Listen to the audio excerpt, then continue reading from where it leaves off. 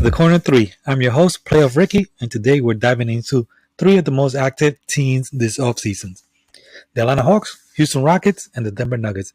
These teams didn't just make moves, they flipped the script in their entire season outlook with trades, signings, and roster retooling.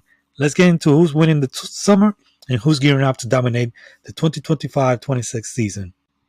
Let's start in ATL, where the Hawks looked done just a few months ago, with no clear direction, messy cap space, and Trae Young stuck in no man's land. But now they might be the East's most underrated threat. They have a legitimate chance to make it to at least the Eastern Conference Finals. They're definitely one of the top three teams in the East. With Kristaps Porzingis trade that they brought in from Boston, and it barely cost them anything meaningful. If he stay healthy, big if, I know, he gives Trade a legitimate pick and pop and rim protection partner.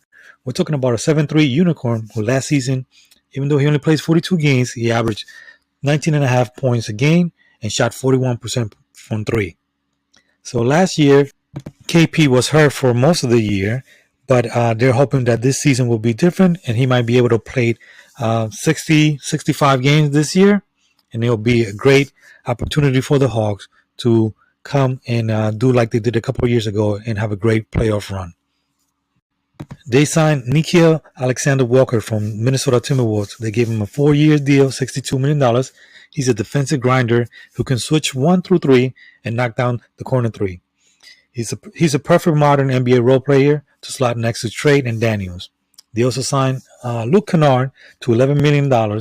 He's one of the best pure shooters in the league. This guy opens up the floor for both Trade and KP. He's definitely a smart pick. The Hawks also made a sneaky draft move by trading down from the 13th spot to the 23rd spot and were able to grab Asa Newell and picked up a future unprotected first-round pick from the Pelicans. I'm not sure what the Pelicans were thinking here, as they're currently constructed. They're expected to be one of the worst bottom 5 teams next season. So the Hawks are not only better today, they're still stacking for the future, so keep your eyes on the Hawks. They're no longer rebuilding. They are next, especially in the East.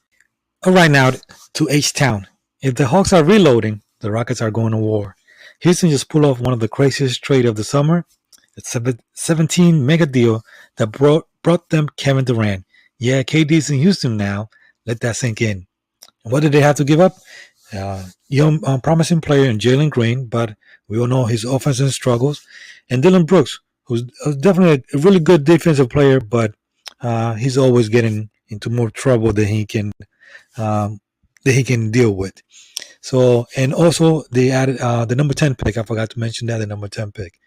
And they didn't stop just in KD. They brought in back Clint Capella because they need him for rim protection, even though they already have 2 other centers.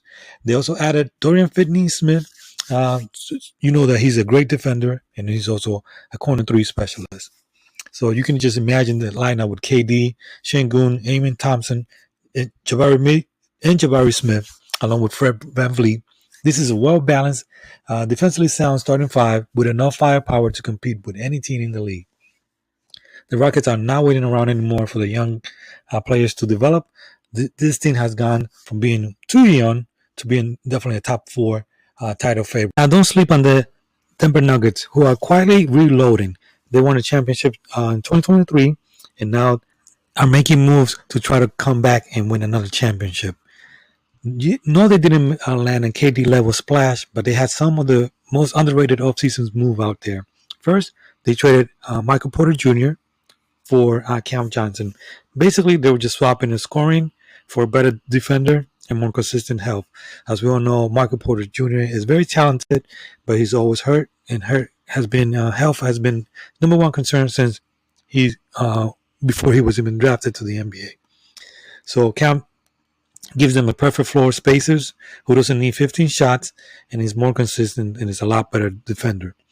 They brought back Bruce Brown, who was a huge piece for their title team in 2023, and they also added Tim Hardaway for scoring off the bench, and Jonas Valanciunas to give Jokic a little bit more health and more rest in the paint, and this way Jokic will be healthier and be able to be don't have to play 40-45 minutes all the time.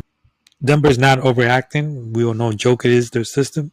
They just want to have tough wings, smart cutters, and players that can hit open shots. And now they have more of that, and they are deeper, and they didn't lose their core or their chemistry. So Denver might not be flashy, as we know, but they're very efficient. They know who they are, and they're arming up for another title push. So all those people out there, sleep on the Denver Nuggets and joke it at your own risk. So who's winning the summer so far? So we have the Houston Rockets with KD's arrival, the depth, and they're definitely an instant contender. The Atlanta Hawks, who were slept on rebuilding, turning into a real playoff roster, and then the Denver Nuggets, who are smart and they made low key improvements to make sure they stay near the top. But I want to hear your takes. Who made the best move this offseason? Did the Hawks do enough to make a deep playoff run? Can Houston really challenge OKC or Denver? Drop your thoughts in the comments, and if you're feeling the vibes, hit that like button, smash the subscribe button, and stay tuned for more takes right here on the Corner 3. I'm your host, Playoff Ricky. Catch you next time on the next one.